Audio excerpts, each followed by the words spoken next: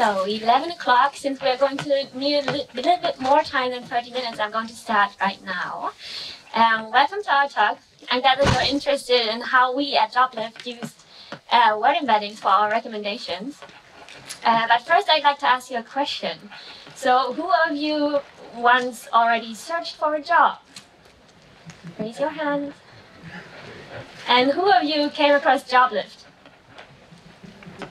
Yeah, if I subtract the ones I know and my colleagues, not that many people left. So we are Ellen and Doreen working at Joblift, and I'd like to introduce our company first. So imagine that you search for a job once. And at least when I had to do that, I was completely overwhelmed by how many starting points. Thank you. How many different starting points there are to search for a job, and that actually distracted me from finding a job. So what Joblift tried to solve in the first place was exactly that. So we tried to be one starting point and offer all jobs for everyone. But the thing is that people knowingly are kind of lazy, and no one really wants to search for a job. But everyone wants to find a job, and in best case, they want to have their dream job and perfect fit recommended to them. So that actually made us being confronted with a completely different topic. So what does it mean for us? Besides that there was this change of thought, we had different requirements that we now had to fulfill. So first of all, we have the problem that we get our jobs from different providers, and not all of them specify them the same. So for example, we have same attributes, which are named the same, but we also have we have the same attributes which are named differently, and we have the same attributes that have different values. So for example, the left part says PT for part-time, and the right one just specifies 20 hours. So we don't really have fancy attributes which are the same everywhere, but we always, or hopefully always, have a job description. And here we are dealing with free text, which comes with all the problems that free text offers us. So we have to deal with stop words. We have very short descriptions which only say, hey, I'm a job. Or we have huge descriptions with no real information. So that's the starting point. Some more requirements are that we have to be fast. And there are two sides of the coin. We have to be fast if it comes to importing the jobs, because some of them are valid for maybe 2 weeks, some only a couple of days, but also a couple of hours, and then they expire. And we also have to be fast in querying the jobs and proposing recommendations, because no one wants to wait for 5 seconds, if for 1 second at all. And the last thing is that we don't want to treat our users as a gray, homogeneous mass, but instead we want to know who our users are. So what do they do? How do they behave? And in best case, we want to make recommendations based on their personal behavior. So that gives you a rough overview about our requirements, but how did we solve it, or how did we solve it? Because we're still doing steps there. And most of them are baby steps, but we're work in progress. So let's start from scratch. We have 3 things that we want to present to you today. So the first one is the more straightforward way how we solved it. The second one is maybe the more modern way, because we used some fancy machine learning. And the last one is innovative, or kind of innovative, because we don't want to discuss about what's innovation and what's not. So what do I mean with straightforward? Straightforward in that context means conventional way of programming. So what did we do? We used regexes and boostings on job attributes. Why did we start like that? The basic question that we wanted to answer is, what does it mean that a job is similar to another one? And the simplest answer back then was, a job is similar to another one if they share the same attributes. So what did that mean translated into our system? That meant that we boost our attributes where, for example, the title is the same, and we try to define common attributes, try to tackle the problem that the attributes we have are not always the same for the different jobs. So let me show you what that looked like.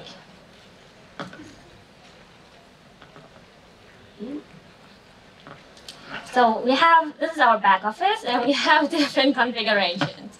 So we can say our similarity configuration for our English context, for example, is based on the title being the same. And if it's the same, I mean, we use Elasticsearch in the background, we apply a boosting of 5. So what's the outcome? On the right side, you can see the jobs we returned for a job for a London manager. Is it big enough? Okay, is it not big enough? Good. And then if we look at junior account manager on the right side, this is the job that we base our similarity on, and these are our proposals. So you can see that the title is somehow similar. So for example, junior accountant or junior blah blah account, and so on. And you can also not base it just on the title, but also on some attributes that we define ourselves. So those are these, for example. What does that look like? Wow, that's quite hard. We, for example, started to define title categories, which is just based on the title, and then we try to match some regexes. So one category, for example, is apprenticeship.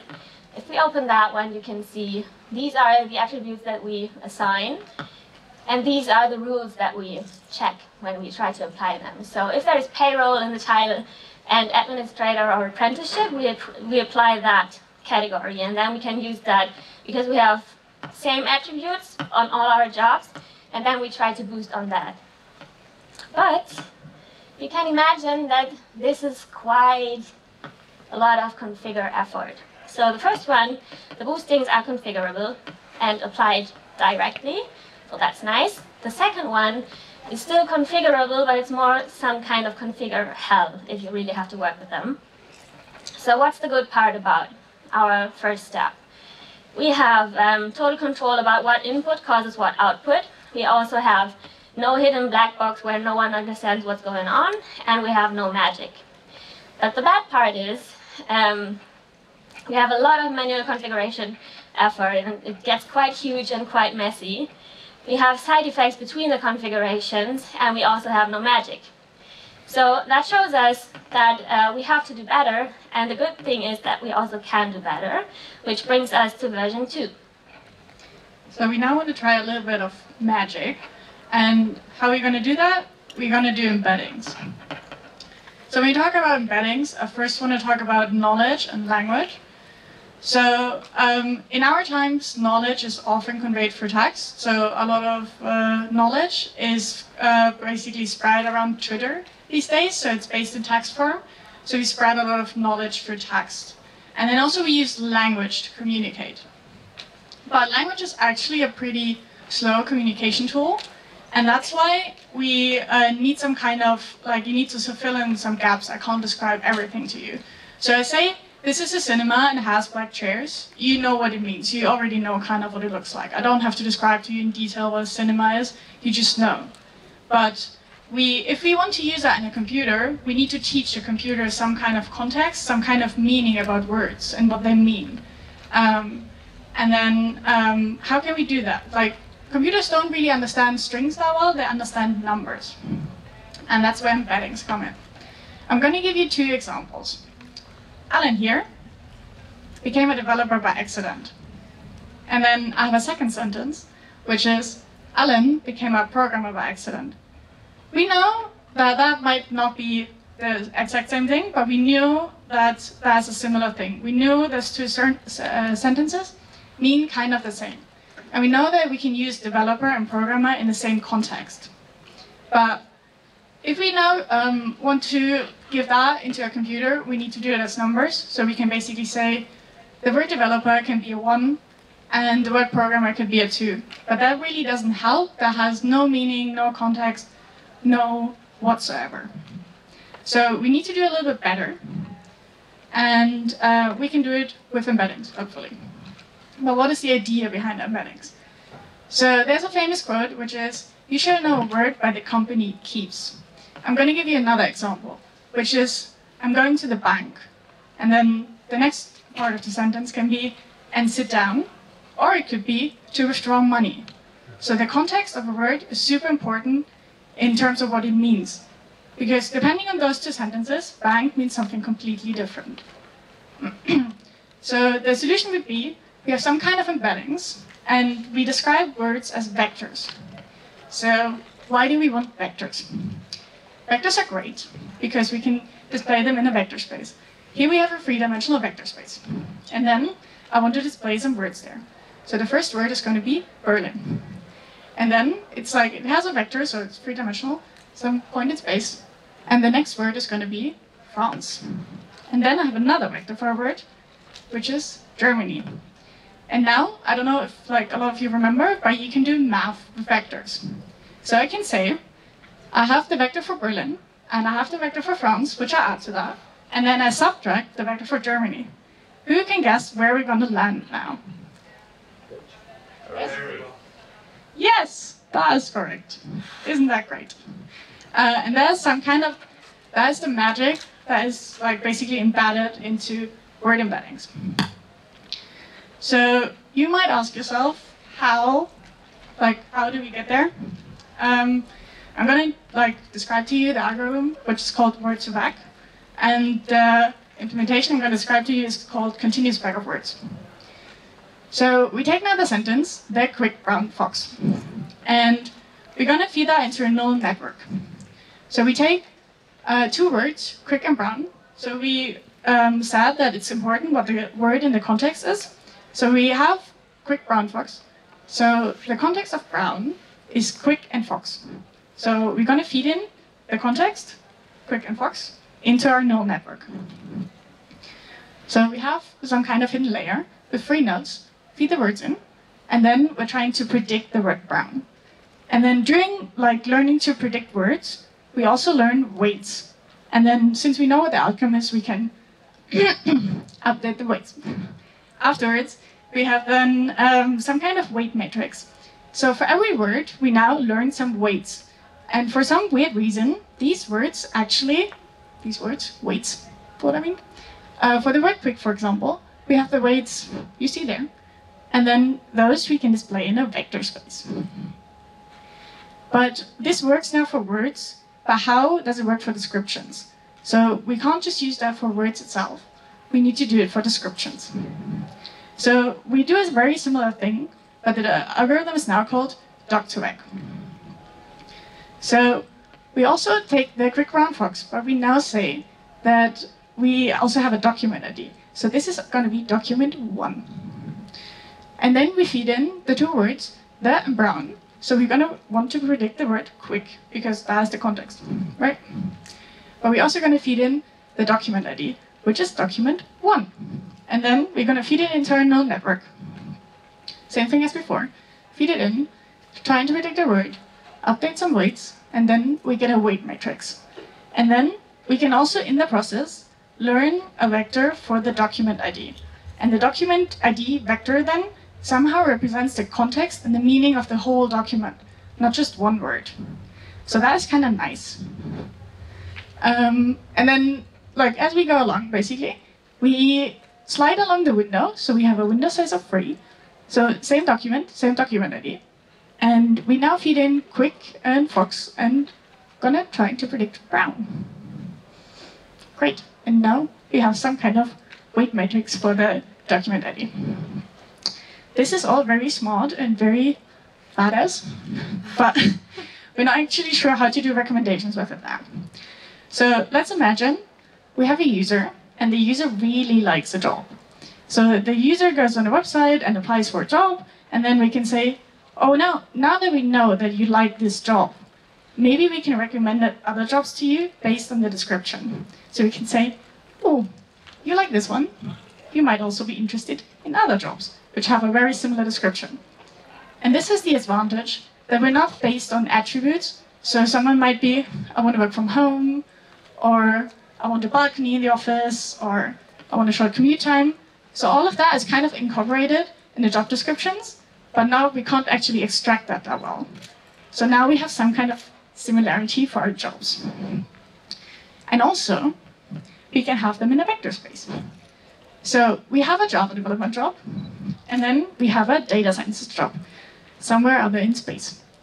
And then we can say, how far apart are you? Or how similar are you, like in terms of your description? And then we have another Java developer job. And hopefully, this is going to be closer in the vector space. And we can say, you are a lot more similar to the Java developer job than you are to the data scientist job. This is nice, but I'm going to show you in a shortcut. So, we have here a description of a night nurse. So we take that description, and I'm going to copy this and go to our machine learning model and paste it in here. And then we're going to see if that works, hopefully. And here you can see the model has never seen the titles, it's only seen the descriptions. So we actually have a nursing home manager and also a night nurse here, which is kind of cool, I think. But we learned that it's just text, so it's not actually based on descriptions. So what else we can do is, oh, it's here. This is Maria Murphy, and she has a nursing CV. So we can go ahead and now just copy the CV, or you can upload it on our website. You can't actually, but. So we take the CV and we paste it in here and we send it to the model. And then, let's see, we also have some kind of nursing job there. And the cool thing is, she's actually, like in the description of her CV, it says she was a team lead for nursing. And now you have a team lead for nursing jobs. So that's kind of cool. That's already kind of a cool feature. But we can also do something else. So I can also say, I'm going to copy this. I used to be a babysitter. Paste it in here. See what our model is going to get us. So it's childminder, nanny, and then also nanny and everything. But that is actually not very well paid. So my one is switch my profession. So I'm going to go ahead and say,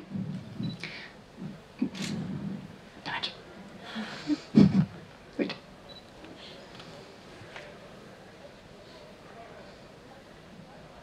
Copy.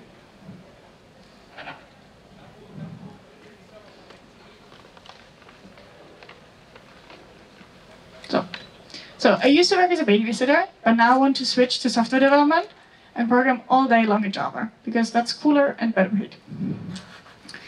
So we're going to send this text to our model, and these are the jobs we're going to get back. So what do we do here? The first thing is, the obvious one, we took some descriptions and then said, based on the one job description, we can say we have similar jobs to this one. The next thing was we took a user profile, a user CV, and pasted it in there, and got recommendations based on the user profile back. But the kind of really, really cool stuff is, you can also describe as your dream job, and then we can recommend jobs based on your dream job description. So you don't have to say what I can do, you just have to say what you want to do, and then we can recommend you the perfect job. But you might wonder, what about this innovation part? So that brings me to version 3. So what Doreen just told you about embeddings is still valid, because we still use embeddings. But the innovation part behind is what we feed into our neural networks.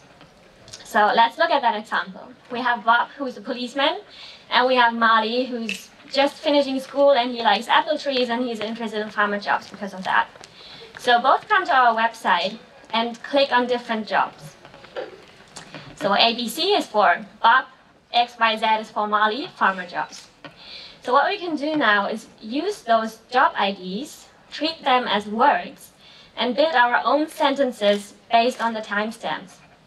So the first one would result in sentence ABC, and the second one in XYZ. So if we use those sentences, put them in our neural network, train it, use the weights of the hidden layer, we now can still say, the basic behind this is still we try to predict that word based on its context. And assuming that people who are interested in the same profession click on the same jobs would mean that our policeman jobs would end up, for example, here, and all farmer jobs would end up somewhere else but closer to each other because other people might have clicked them in the same context. So what we can say now is, if there is another policeman who comes to our site, clicking on job A, then we can say you are more likely to also like job B, because still this is again only vector calculations. So that's more likely than clicking on job Y. And then we can recommend jobs based on your behavior, which is in fact based on the behavior of other people on our website, which is quite cool. And we're going to show you that it kind of works. So, we have that part here. So this is a identifier for our jobs, which we used for building up the sentence. And if we try to predict similar clicks to that, we get, for example, general clerk, which I might be interested in. So I click on that.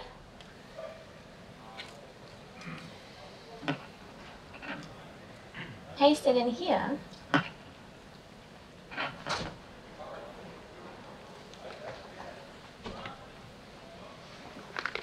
And then I, for example, get the administrative assistant, which is the same job but a different word. And you have to keep in mind that it's really only trained on the offer IDs and on the sequence of clicks that appear on our website. So if I copy that one again, assuming I'm another user who clicks on that job, I hopefully see the job that I used first, which appears General Clerk 3 again. Great. So maybe one problem, you might wonder why we have red and black jobs. The red ones are already expired. So they actually are already fit or just not needed anymore. So this is one problem we faced. But the cool thing about that, compared to the other thing, is that we are completely independent from the language of the job descriptions, because we sometimes have jobs in English, in German, Netherlands, so we can't use the similarity because it's simply a different language. It's completely using words in different contexts, and even the words are not the same. But for the clicks, that doesn't apply because we build up our own language, which is nice. How? But one question that you as a developer have heard thousands of times is the following. Do we use it in production? There's a very solid answer to this, and it's no. So we don't use it in production. We face a couple of challenges doing this. The first one is training of the machine learning models. So we need a lot of resources, especially to train the doc2web model. It needs a lot of RAM, it needs to run in the cloud, it needs a lot of document IDs to work. And then also the data quality. So the last thing we showed you, where we build up our own language, we use clicks, but it would be much better if you could use application data. However, we don't have that data. But applications would be a lot stronger indicator that someone actually wants a job, so the recommendations would be a lot better. The next thing is the cold start problem. It's basically, so we get a lot of new jobs on our website. As you saw, we have a lot of red jobs already in our machine learning model. And the model only knows the jobs it's trained with. We can infer some of the jobs, or we have to retrain the model. But we get so many new jobs every day. So we have to figure out how to get the new jobs into our model to also be able to recommend them. And the next thing is getting it good enough. So a showcase is a showcase, but having a good user experience for most of our users is something completely different. So that not 100 people write us every day that our recommendations are total shit, we would need to invest a lot of time in it. We need to play with parameters, train it on more and more and more job descriptions and everything. But these are all very solvable challenges. And then we started this project and think it's really, really cool. And so we go to our managers regularly and say, could we maybe have that? No, we don't. we don't actually have time for it. Because it does take a lot of time, it takes a lot of resources for a really cool project and really good recommendations, but you need prioritization for it. That was our talk. Thank you very much for listening. Thank you for being here. And does any of you have any questions?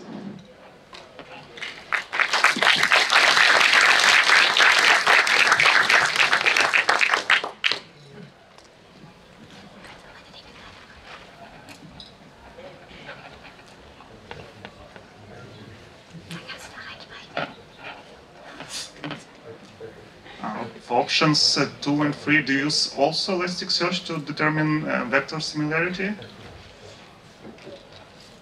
No, actually, if you take the second one as output, we get the response gives us the offer ID, and then we just execute an ID search. Do you hear me? Can I say something? So we have so the model runs in a Python service, which is deployed on Kubernetes, and we send REST requests there to get the recommendations. And the response then is the offer ID, and that one is set to our sent to our Elasticsearch. No, it's not. It is, to fetch the other information. And which framework did you use for doc2vec? The library is called Gensum. Other questions? Yeah. Have you also tried like pre-built models, for example, like Google Universal Sentence Encoder, which is like able to parse paragraphs into vectors and paragraphs? So I tried BERT. I don't know. Do you hear me? If it's yeah. Is it okay like that? Yeah, I understand. Cool. So I tried BERT, which is another model trained by Google. Yes. And there's also basically a library which provides paragraph vectors already, which is BERT as a service. Yeah. And I tried it. It was super slow. It was like 30 seconds per recommendation, which is like a little bit smarter way of doing the paragraph embeddings. Yeah. So that was too slow for our inventory to do anything with it. We went on a meetup recently, and the next thing I basically want to try is just have word embeddings and then average over the descriptions. Yes. Because that's probably a lot faster. So I do think training the doc2vec is actually not that smart, because it might be better to like use a pre-trained model, or no, it's definitely better to use a pre-trained model, but we actually haven't done it yet. Yeah, so I can give you a quick idea. I have a similar problem, and I solved it that way, that you use this encoders and encode basically everything, and then put it into the face library of Facebook. This is like a high-dimensional vector search, and you get like an ID as you did, and then you can do the lookup as you probably do right now, and this works quite good. Have you tried it with averaging as well? Yes, I've tried it with gloss, with fast text, with everything, so nice. Yeah. Yeah, that's the next thing I'm going to try whenever I have the next hackathon. Someone else? How good is your model in the end in terms of like F1 score accuracy? I didn't actually measure accuracy so far, because it is like only a model for a showcase. So I trained it on a bunch of data to do the showcase and do like some kind of exploration around it. But we don't use it in production, and I don't actually have metrics for the model. Second question, if you tried other approaches like topic modeling or something which do not need like a lot of data for embeddings, because as you said, you don't have them. Pardon? Like something like topic modeling or some other approaches which are not based on so much data, have you tried them? No, I haven't tried topic modeling.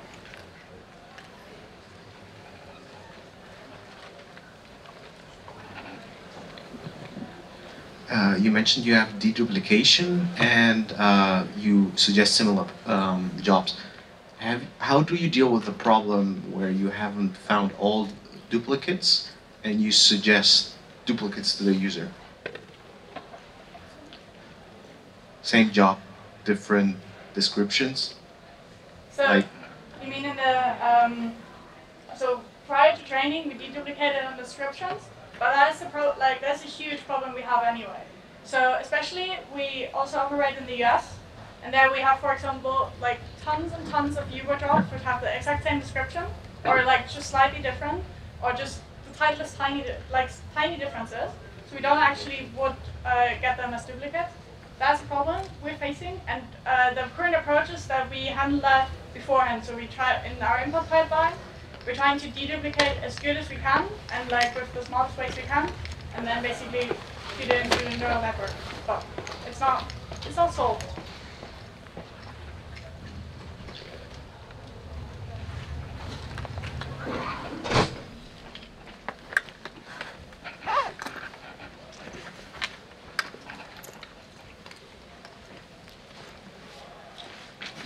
Hi, thank you for your talk. I just wanted to ask, like, do you have in mind like approaches to solve the core star problem? So you have basically two core star problems: new jobs and new users. Have you thought also of an approach like Netflix has? Like you join Netflix and you click on some movies, and they have a profile already. Yeah. One thing we could do is basically also not just training on the IDs, but training on the titles. So that's one approach. So we're not just like so depending on the jobs expiring that much, because jobs are not like compared to e-commerce, for example.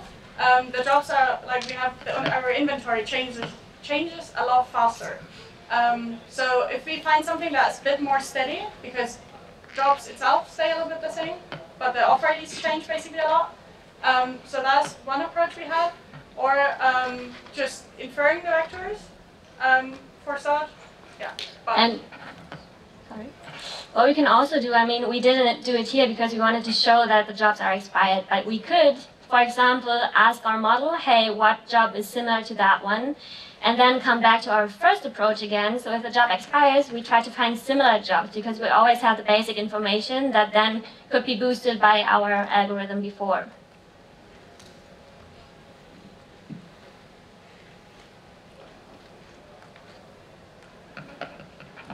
Is that a question or do you? No? Anything else? I mean, you can also feel free to come and approach us afterwards if there is anything you'd like to discuss. Then, thank you for your attention.